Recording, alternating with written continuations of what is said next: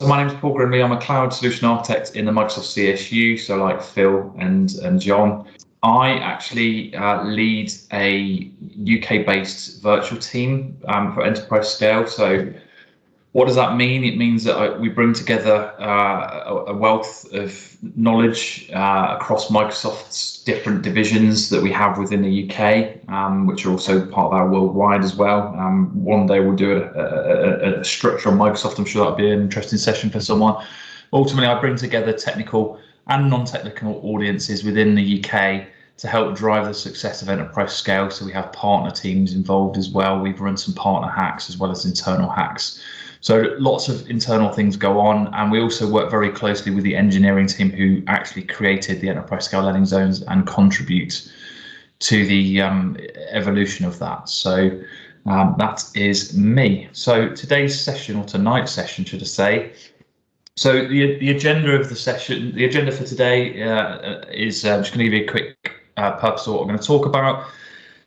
Some of you may recall, I see some long-standing members on the call, so good to see some names that I've seen before. I have previously talked about enterprise scale. However, this is a very different session. So when I talked about enterprise scale, I guess what we were doing is echoing the new, what enterprise scale is. And I guess this many months on, I think it's probably more than a year now, it's now to share with you some experiences from the field of seeing enterprise scale deliveries in action.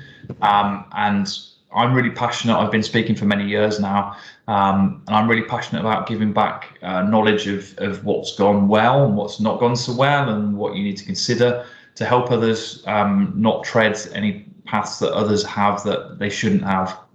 So I love these type of sessions because it's from the heart. So I'm really keen to get into that and share that with you. So yeah, I'll talk a bit about what enterprise scale is for those who haven't or not are familiar with enterprise scale. We won't spend too long on that. And then I'll talk about the main part, which is considerations for delivering enterprise scale. So going into all those things about setting up for success and early considerations and some tips for you as well. And then if we get a chance, we'll have a Q&A at the end as well. Okay, so what is enterprise scale? So different people approach it in different angles. So if you go to a very technical person, they'll quickly jump into a repo in GitHub. And for some people that can frighten you. And it did me at the start when someone just dived into ARM templates. I was like, whoa, what's all this? And I think it's good to kind of take a step back and appreciate what it is. Now, there's many slides I could present to you about what enterprise scale is. I've tried to condense it and have a short takeaway message for you on it if you haven't come across it. So if I move on to the next slide. So I guess asking yourself the question, what are you trying to build? So if you're moving to the public cloud and hopefully Azure, what are you trying to build here? So, I guess if you look at these different images we have and what's on screen here, a house, a stadium, or a bridge, they all have different things that are needed to make the foundations work. So, for example, if you built the foundations of a house and then the stadium construction team come along and started to build on top of that house, they go, well, hold on a minute. I can't build my stadium on top of the foundations you've built for a house because that's wrong. And it's not going to be sustainable because it's not big enough for a start. It might not have the right materials, etc., etc. So I guess the reason I've got this slide up is asking yourself, what are you trying to achieve when you're going to cloud, when you're moving to the public cloud? What are you trying to build? Have an end goal, have some workloads in mind. Have you got a compelling event? And if you have, what does that look like? Is it a complete data center closure on premises, and therefore you need to accommodate a foundation to suit those compelling scenarios? And obviously a bridge as well, very different to those house and stadium scenario. But as you can appreciate, there's enterprise scale will only give you so much, but you still need to build on top of it. And I want you to take that message away that you don't just turn up, press a button, click to deploy enterprise scale, and then thumbs up, away you go. You've got an enterprise scale deployment. That's not what it's about. It's they starting blocks for you to build upon, and then grow that to evolve as you look to meet business requirements moving forward. So where does it sit? I think this is a really key one, and I'll probably talk about this in a little bit, but just to kind of visualize, enterprise scale is part of the cloud adoption framework, the CAF. So CAF in Microsoft Azure. It sits in the ready phase. So you can see there's defined strategy and plan before it, and adopt, govern, manage after it. So where you start to see WAF appearing as you kind of look at the manage and govern. So I want you to have that in mind, because enterprise scale is part of the cloud adoption family. It isn't separate to it. It's one of the pieces of the puzzle of cloud adoption framework. So hold that thought, and I'll come back to that in a little while. I've got two more slides on this, and I want you to kind of have a look at these and try and absorb these. I appreciate I'm going to throw a lot at you in the next few minutes ahead, but I guess what I want you to be aware of is the principles of why enterprise scale exists and what they are, so that when you're trying to map to your cloud journey, or you're a partner looking to map your customer to that journey, you have these in mind. So I'll go through them and just give you a light touch on each of those. So we talk a lot about subscription democratization. Now, that you could say that sounds like fancy marketing words, but actually when you dig into that, what does that mean? It actually means that, we had some messaging a while ago that was, don't have subscription sprawl.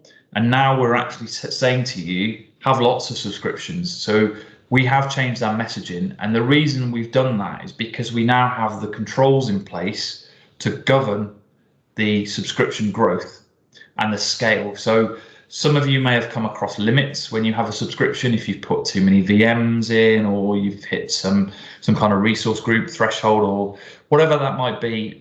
There's many kind of limits, soft and hard, that you will have associated with a subscription. So what we've done to try and mitigate those limits is have that democratization, so you don't hit those limits because you're having multiple subscriptions.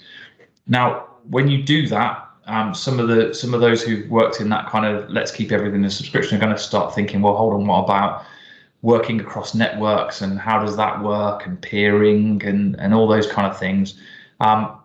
We do take that into consideration, and I'll come on to how we address that throughout the presentation. So as I said, policy-driven governance, where we've got that governance layer now to have that oversight on all the subscriptions beneath it. We can enforce governance above the subscription. So even if you are a subscription owner and we mandate certain policies at that higher level, management group level, which would be above a subscription, then you wouldn't be able to get out of those policy guardrails, and that gives your C-level customer, or your kind of management, that level of assurance and satisfaction that they can feel that they can release the environment and know that the environment has that kind of, I don't want to kind of use that term lockdown, but guardrails is what I generally refer to, is keeping the mainstream of what you want to achieve with Azure intact and in control, in control of that higher level. We drive that single control and management plane, and that kind of ties in with the last point around native as well. So single control plane and management means that we want you to leverage the native tooling so that you have that single experience.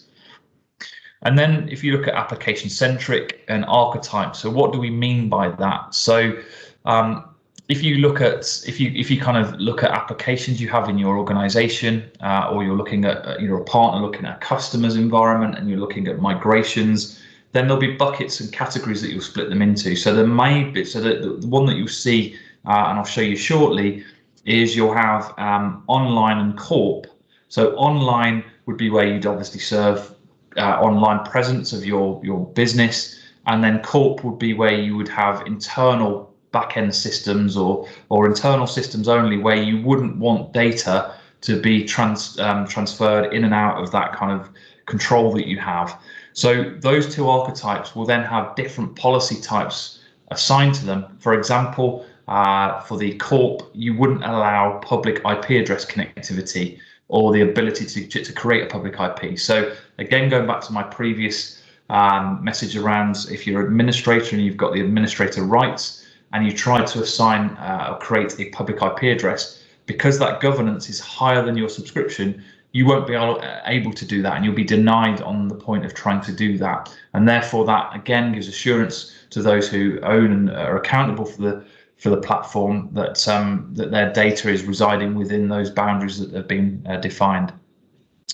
Yeah, so again, Azure Native, as we talked about with a single control plane, not only that, we're ever evolving the platform, as everybody knows or should know, that we are constantly sending out updates, and Phil is great at trying to get those bleeding edge questions on the polls at the end of these sessions. Shame we haven't got one tonight, but there's lots of updates coming.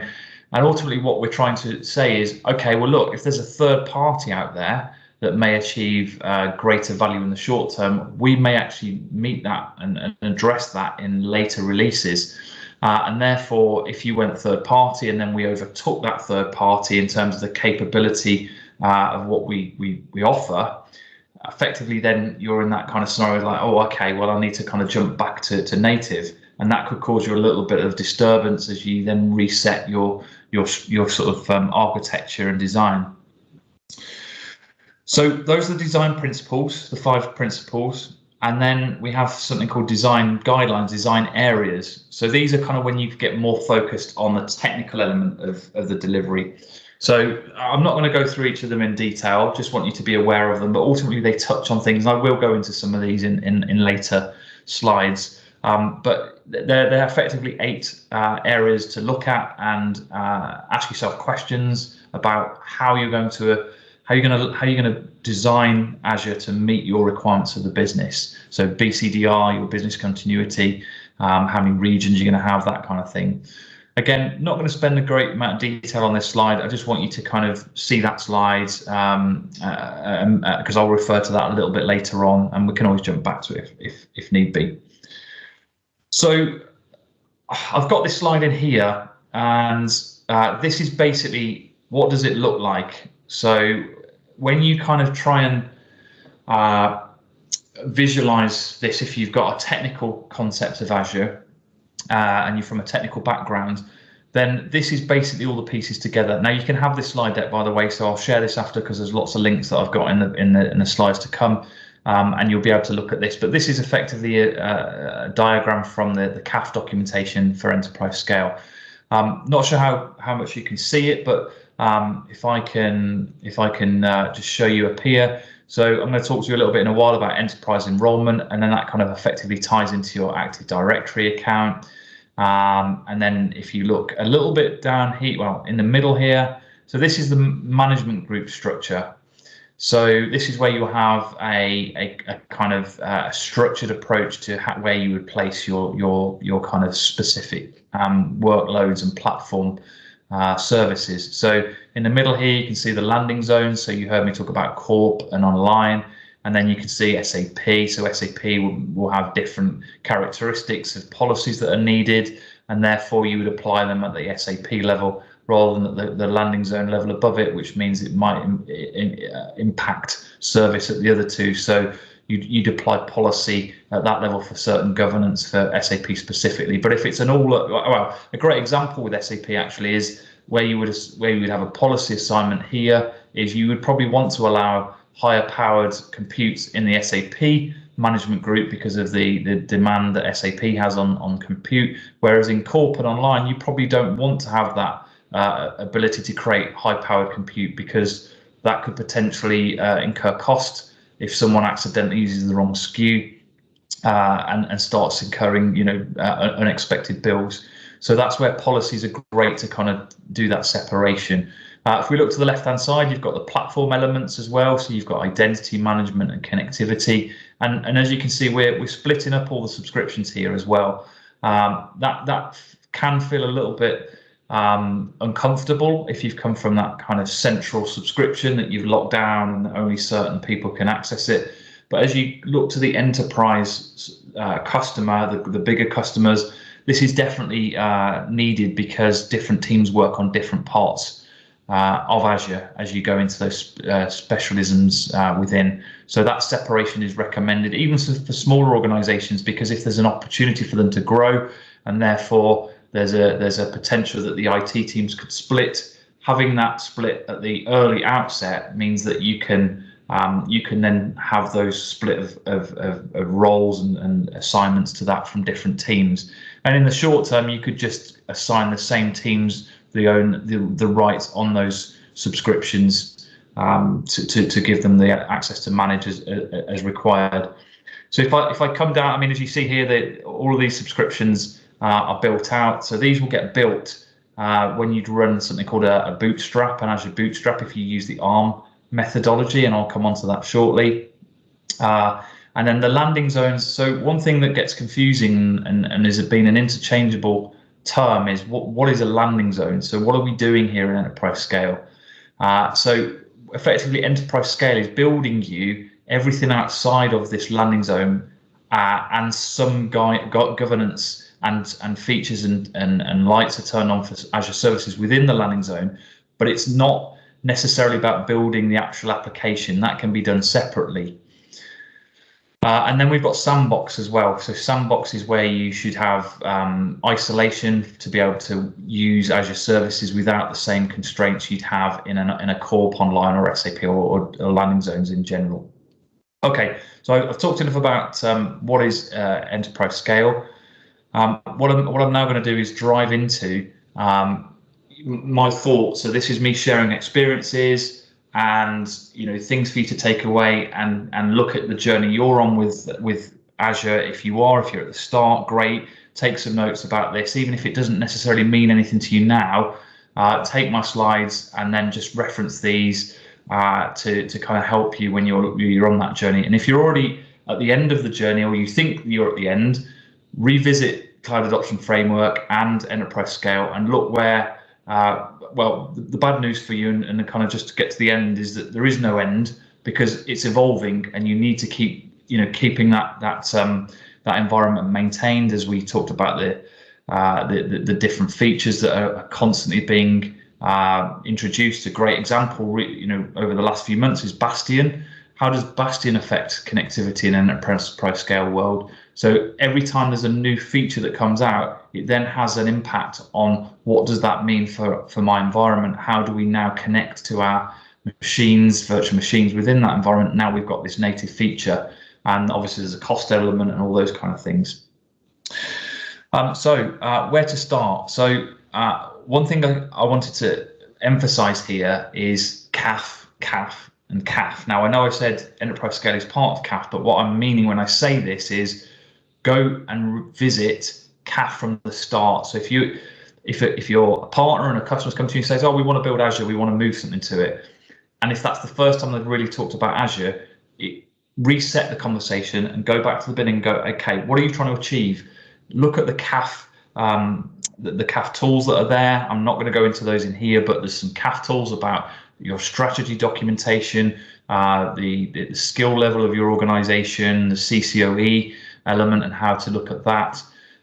Because enterprise scale doesn't fix that for you. Enterprise scale is part of the CAF journey, and it's where the lights get turned on effectively. It's where you start to make all that strategy and on paperwork become an actual tangible thing that you can start to use. And if you don't join those two up, you end up having to reverse engineer enterprise scale to answer questions that you should have answered before you did enterprise scale. Now, recognizing I have customers, you will have customers, you may be the customer who's doing enterprise scale, doing Azure, or kind of adopting Azure, but haven't done either, haven't done CAF or enterprise scale. Don't panic.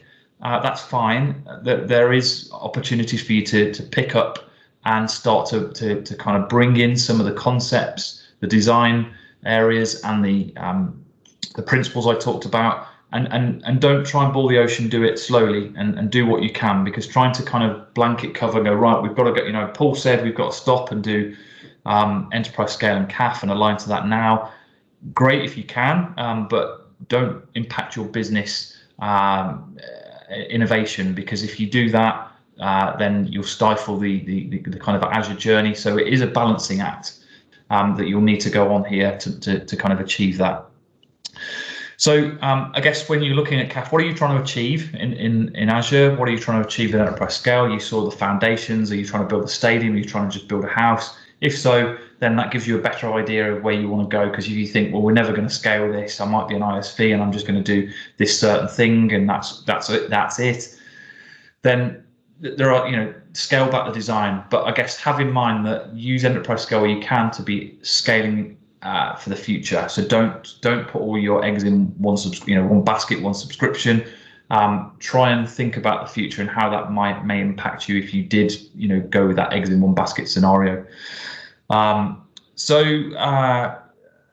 baseline. So one thing that I started to come up with if someone wanted to tap me on the shoulder in Microsoft and say, can you go and have a chat with this customer about an enterprise scale delivery, we started to come up with some early kind of we'd like to have as part of that conversation. So before coming to us, please, customer partner, can you make sure that you've got some baseline knowledge of Azure? And if you haven't, there's a great way to achieve that. And I know that we've done this on this user group is the AZ900 Foundations exam. Even if you're not technical, so if you've got project managers, scrum masters, whoever they are, who you're going to be taking on that journey with you as part of the Azure CAF and enterprise scale journey, have a measure to get all that team to know the basics, because then when you're trying to explain how to do something, they'll go, oh yeah, okay, well that's a different region, right? Okay, I didn't realize that you could do that. And if you've done that AZ900 exam, they should hopefully have a little bit of a concept, even if not a full concept, of how to kind of have a conversation at that foundational level. One other thing to think about as well is if you've got an enterprise agreement, if you're a customer, the department and account. So if you're going to be looking at building a kind of vending solution, so if you're going to build subscriptions, and I will talk about vending in more detail in a little while, think about departments and accounts. So if you've got, departments and accounts are effectively where you may have like a geo design for your department. So you may have a US and an EMEA department, and then you'd have accounts off that. Or you may have kind of structural organization from like a HR, IT, all those kind of structures. Now that they're all detailed in this link I've got here, and again, you can have these slides. And ultimately, why am I calling this out? Because when you get to a vend scenario, if you're creating subscriptions, which customer are you creating them for? So if you're trying to create one for HR, or you're trying to create one from the US, who's paying for it? And that's key, because that will be where your subscription gets created. If you're familiar with doing it in the traditional sense, you go into the EA portal and you create a subscription, then you'll be familiar with going to an account and then assigning that subscription to an account. This is trying to get you ready to automate and have a think about that automation approach to vending. There is also CSP as well, the guidance as well to be looked at for this as well. So cover all the design areas. So you saw me put the design areas up. So the one that is always going to be a challenge is networking. What offices are you connecting? How is your WAN configured today? How do you break out from that to get to Azure? Those conversations can be quite intense, and those are the sort of conversations you need to have early on. How are you going to connect? Have that strategy of how you're going to connect to Azure. If you're going to SD-WAN, for example, if you're going in that direction, then that will connect up to what we can do in Azure. But those networking conversations and what you need to go and commission are things that you need to have early on, because there are lead times, for example, on express route connectivity. So if you need to get that from your supplier to connect to Azure, there can be up to a 90-day lead time to get those. Plus, you'll need your circuit you may need your circuit enhancing to be able to accommodate bandwidth, etc., for connecting up to Azure. Regions as well. So understand your regions, because that will influence your networking. Again, where are your offices and where do you want to connect to in Azure? That also then ties into your business continuity as well for failover. So it has a knock-on effect. Identity and RBAC as well. So in terms of making sure that you're understanding that, if you look at the management group structure, or if you bring that back to the front of your mind, around the management group structure, who's going to manage the identity management group? Who's going to manage the security? The identity management group. Have all these things mapped out so you know which teams are going to manage those, and then you need to assign those roles in Azure to match those.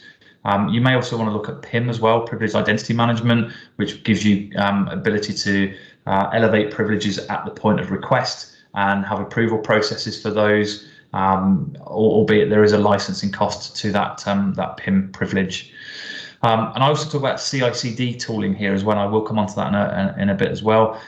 So if you're going to use CI/CD pipelines, then you'll need to also lock down who can run those pipelines, because what you'll be doing in those pipelines is giving a principal or a managed identity right on your Azure subscription. And if you let everybody be able to run a pipeline and you just feed in ARM templates to that pipeline, there is a risk that you're exposing that too wide. So locking that down within the pipeline as well is key. Who can approve and who can add and who can make changes to that pipeline.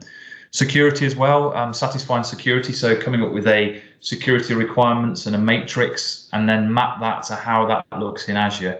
As part of the initial setup for Azure for enterprise scale, there will be things that you can turn on. For example, blocking of IP addresses, public IP creation, blocking of RDP inbound, things like that. So there will be some things that enterprise scale addresses, but not everything. So go and gather your security requirements and the matrix, and then look to how you map that to what Azure enterprise scale will deliver out of the box for you. And again, keep referring back to the last point on this slide, is make sure you refer to the design principles and check your alignment. Great example here where partners and customers will come to me and say, I want to do resource group level RBAC. Now, because we talk about subscription democratization, we're actually trying to elevate that privilege so that if you've got contributor access, you have it throughout the subscription, because you're part of the team that manages that particular subscription application within, because you haven't got multiple applications in. So trying to keep that simplicity for operations at the subscription level rather than at the lower levels within that is the messaging we're trying to share with you there. All right, okay, just going to take a quick drink. Any questions whilst I'm taking a sip?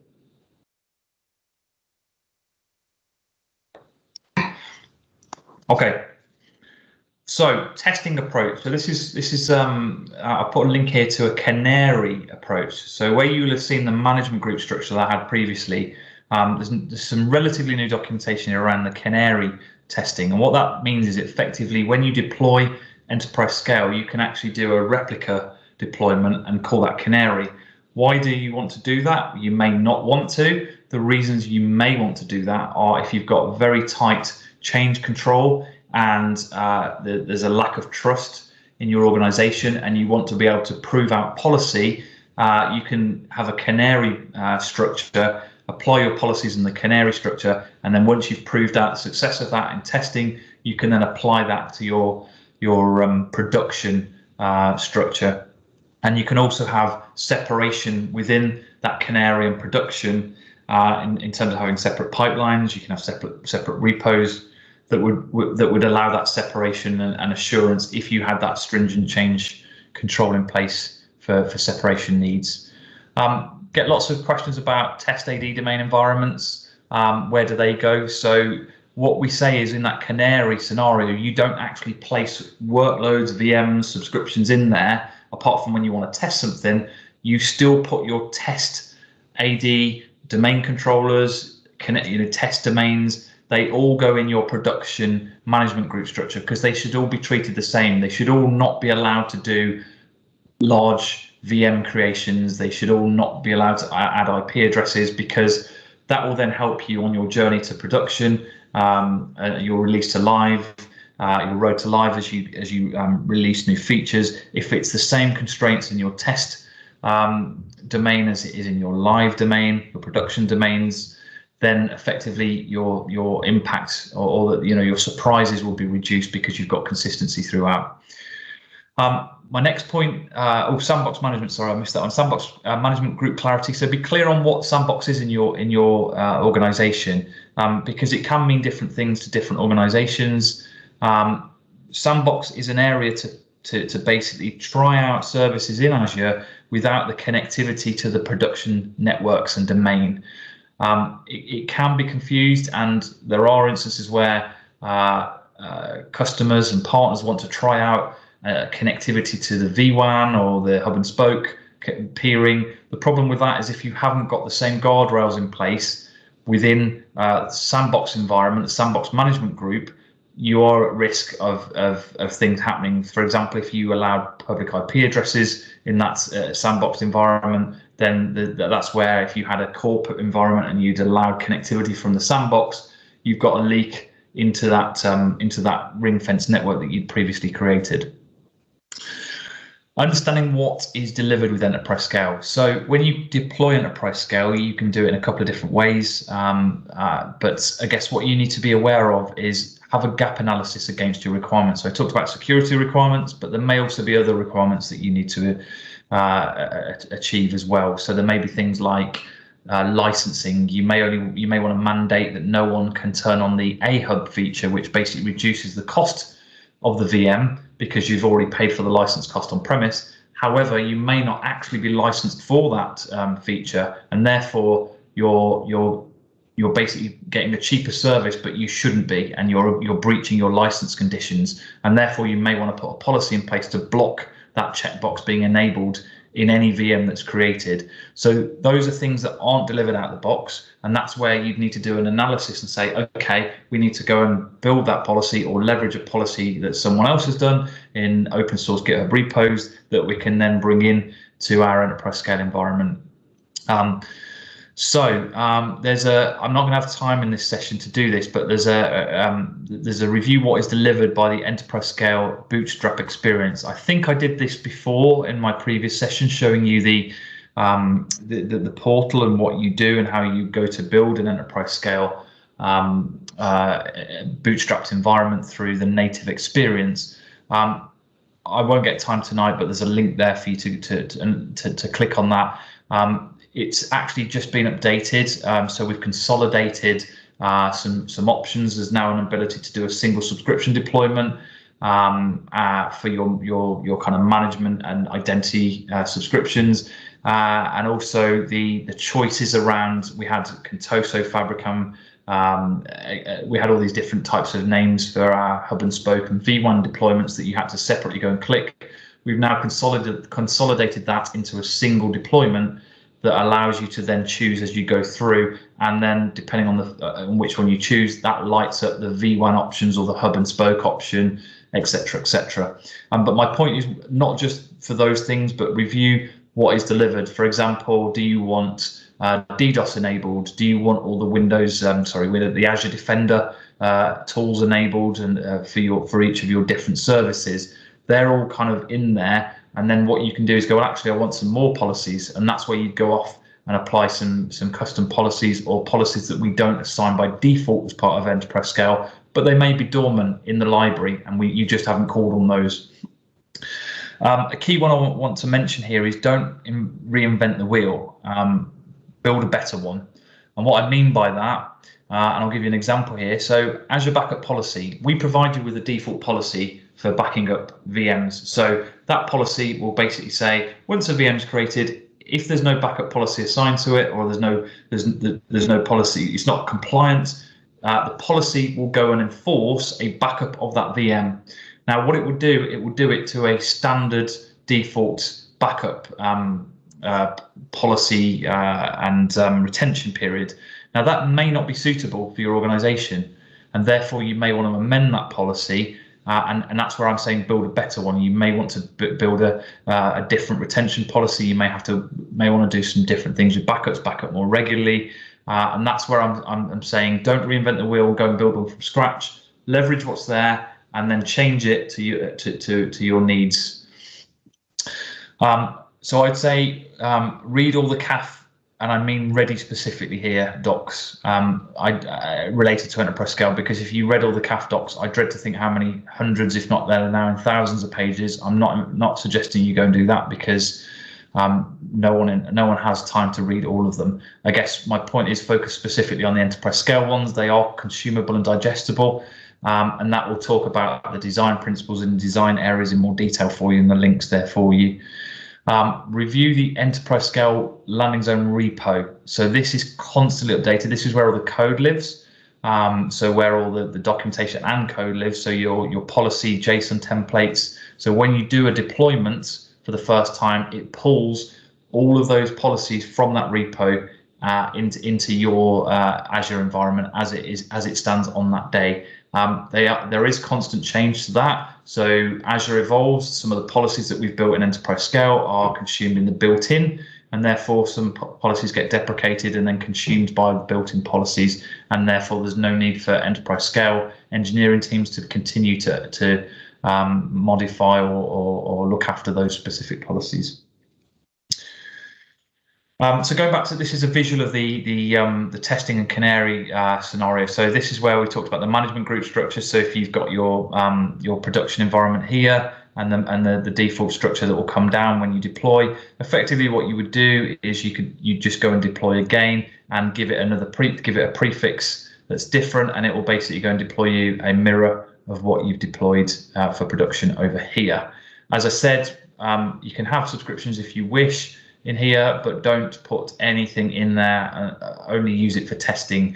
There are exceptions that we've had where very large customers wanted to prove out their network connectivity from a test network they have on premises. If you've got the luxury to do that, then you can start turning on gateways in this canary setup. However, be aware that not only will you incur cost, you are introducing overhead and managing consistency in pipelines, because what you're effectively doing, you'll be creating pipelines for this and then pipelines for this, and then you'll be having to be making sure that the code that you've developed here is transitioned across to there and managed and retained and kept consistent. So that can start to become a challenge for you. So approach that with caution, but note that it is there. There's some documentation, and there is some caution in there, and that documentation as to the approach this takes and the impact that may have. Okay, so moving on. So setting up for success. So as I touched on earlier, this isn't about if you're just starting. You could be already be consuming Azure, and we call that the brownfield scenario, versus the greenfield as you're very new to Azure and you're starting. So I guess be aware, if you are in a brownfield scenario, of the impact of a migration from brownfield. And I call it a migration because if you've got existing subscriptions in Azure and you want to move them into the enterprise scale management structure, you can do that. You can drag and drop the subscription through the UI if you wished, but there are automated ways to do that as well. The caution I would take there is if you're mandating and enforcing policies within those management group structures and you bring an alien subscription in without proving that out, you could break that application or applications within that subscription. So we do have some guidance there. So they're transitioning existing environments into an enterprise scale structure. So that's documented there. Next question you need to ask yourself is, how are you going to deliver enterprise scale and how are you going to operate enterprise scale and Azure? So I've put some prompts here around portal scripts, CI/CD. So the utopia is that you have pipelines and use CI/CD. If you're going portal, that's fine. But the challenge being is being able to repeat and have that consistency, because you've got that risk of human error of doing it through a portal. Scripts takes that away, but if they're not in a controlled version controlled manner, then effectively, you're still in that little bit of a realm of, if you lose that subscription, where's it stored? Whereas the CI/CD is that kind of, say, utopia where you have full control, you've got that approval process, you've got an audit on who's deployed what, who approved what, and that's where you should look to go. Now, appreciate that can be a journey for customers. We've experienced that ourselves. and it may be that you can't necessarily absorb all that sort of learning curve in one go. That's fine. Do the deployment, the click to deploy that I've referred to, and then work from that in the portal.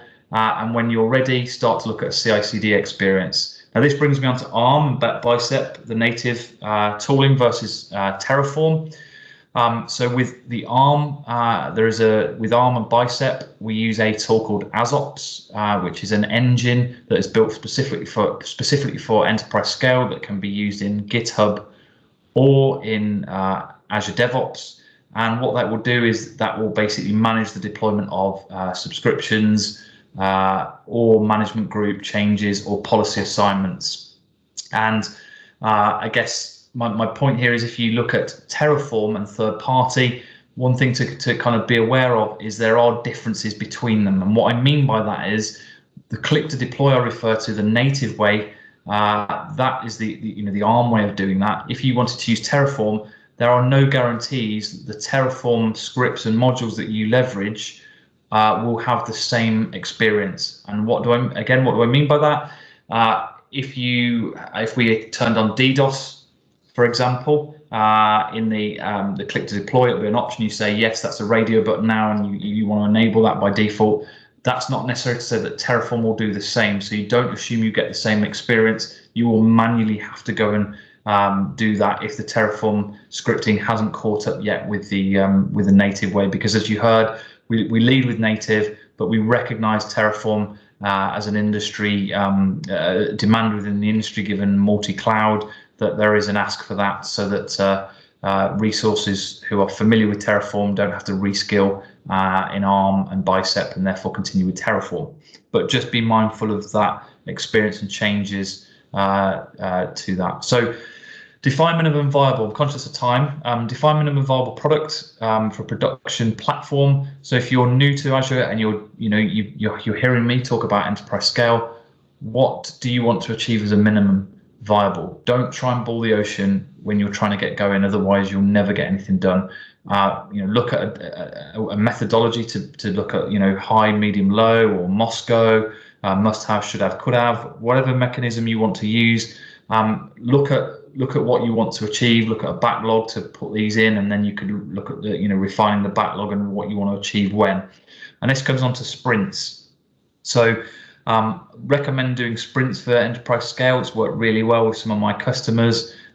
Be clear if you've got various sprints, what your goal is with that. I know this sounds obvious if some of you are kind of familiar with that agile way of working, but for those who aren't, just kind of setting the scene of some basics.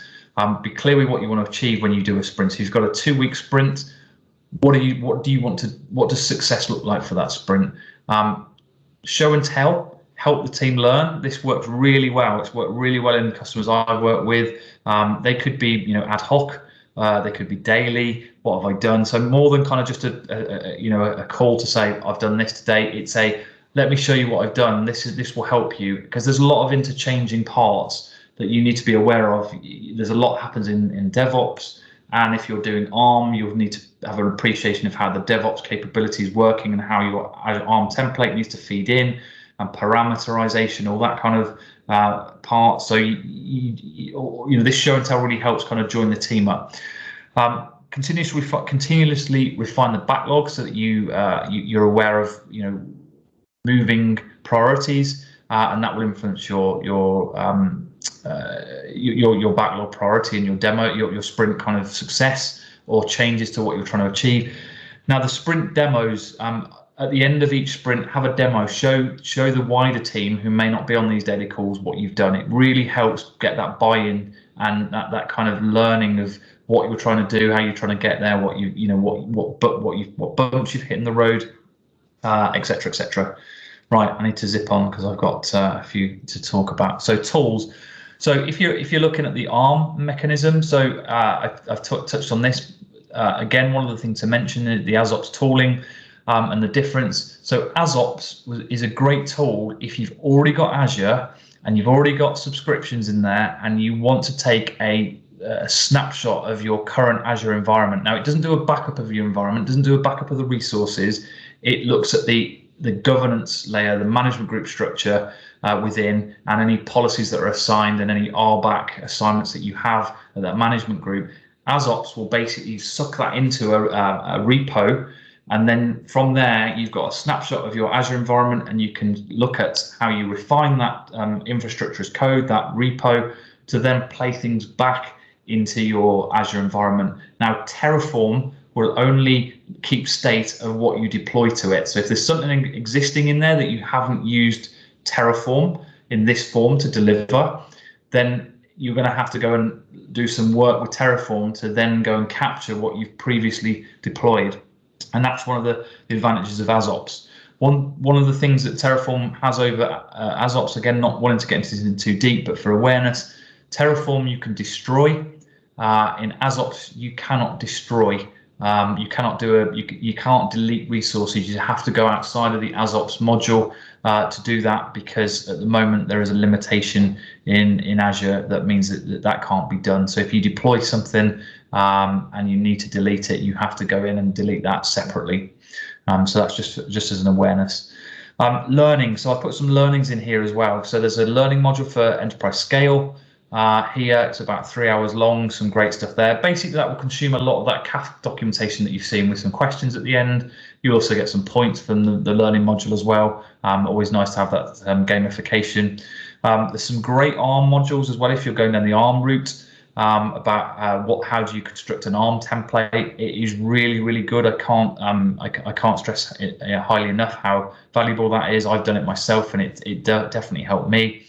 And then there's Azure Policy. I put on a tutorial. I could have sworn there's an Azure Policy Learn module, but I couldn't find it. So I've put a tutorial in here for that. And then go and benchmark your skills once you've started to learn this. Go and take some exams, or go and get your team to take exams on what area of focus you're looking at, because they are great to benchmark your knowledge. And also, in my customers, I've seen that kind of competitive edge come in, and that increases that excitement for Azure and that new way of working, and it encourages and embraces that cloud working, which effectively helps speed up the project, because the resistance to cloud is reduced because people are buying into it more and more.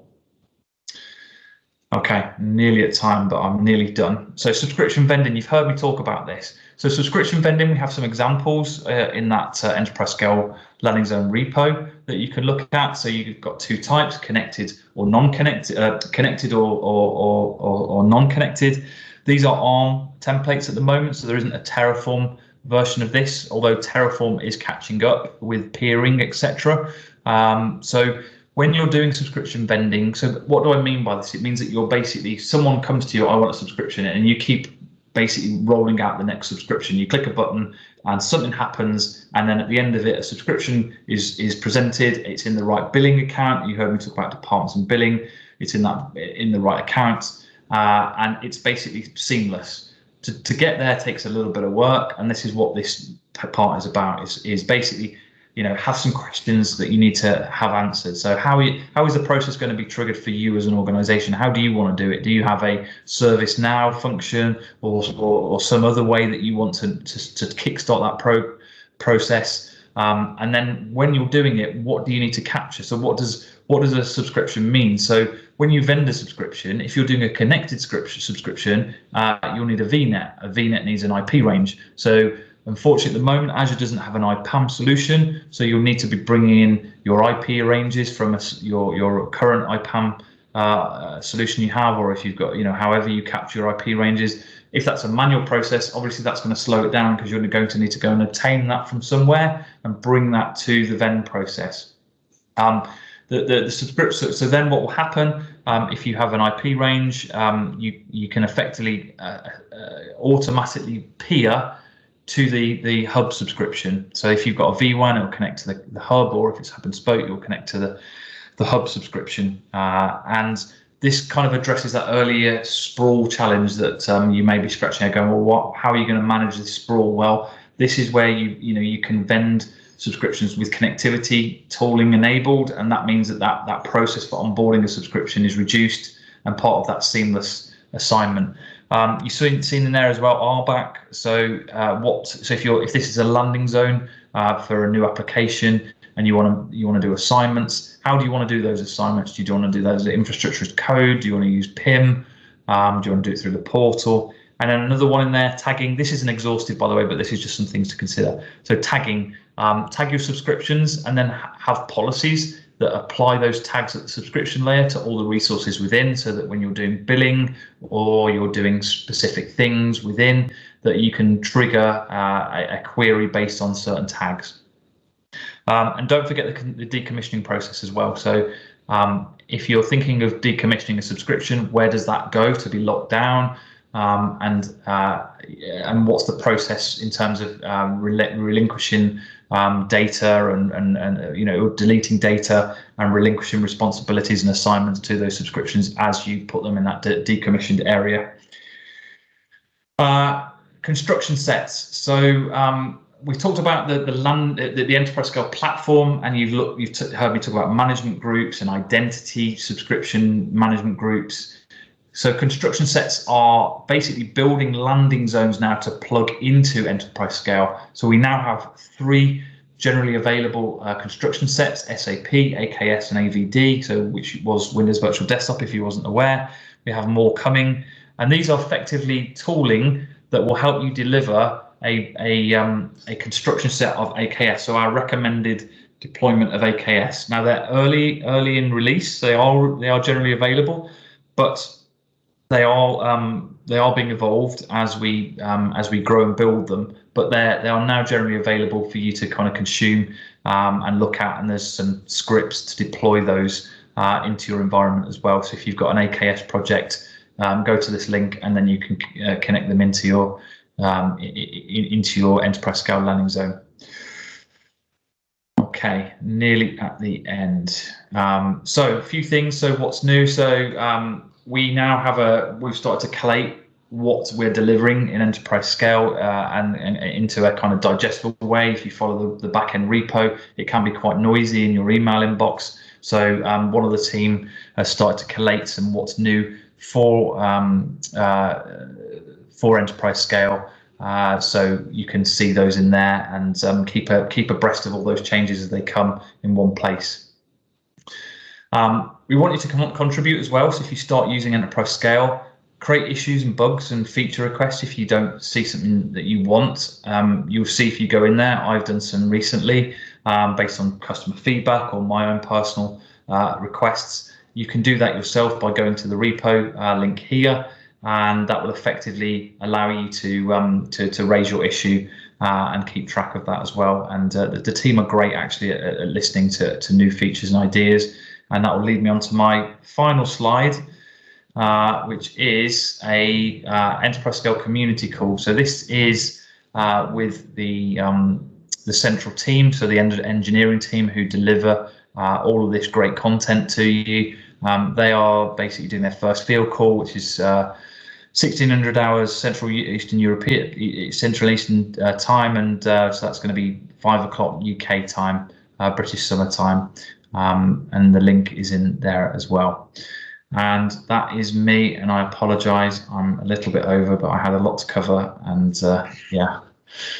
It's a big subject to cover, Paul, so it is. Done well, given you've done it in 54 minutes roughly. I haven't scratched the surface yet, but yeah. I know you have. Do we have any questions, or is Paul blowing your minds? I think you might have blown people's minds. There's a lot to take in there. I recognize that. Thank you. Yeah, it's a big area. So one thing I would say is I'm not an enterprise scale landing zone expert across the board, because there is so much to know. You could not know all of this in detail. So I guess I want you to feel a little bit assured that, us at Microsoft, there's a lot to consume. So if you're kind of, you're in your customer and partner environments, there is a lot here, right? And there is a lot to consume. You'll never be an expert in all of it. You may have design areas that you're an expert in, like networking, but across the board, it'd be very challenging to keep up to date with all of those.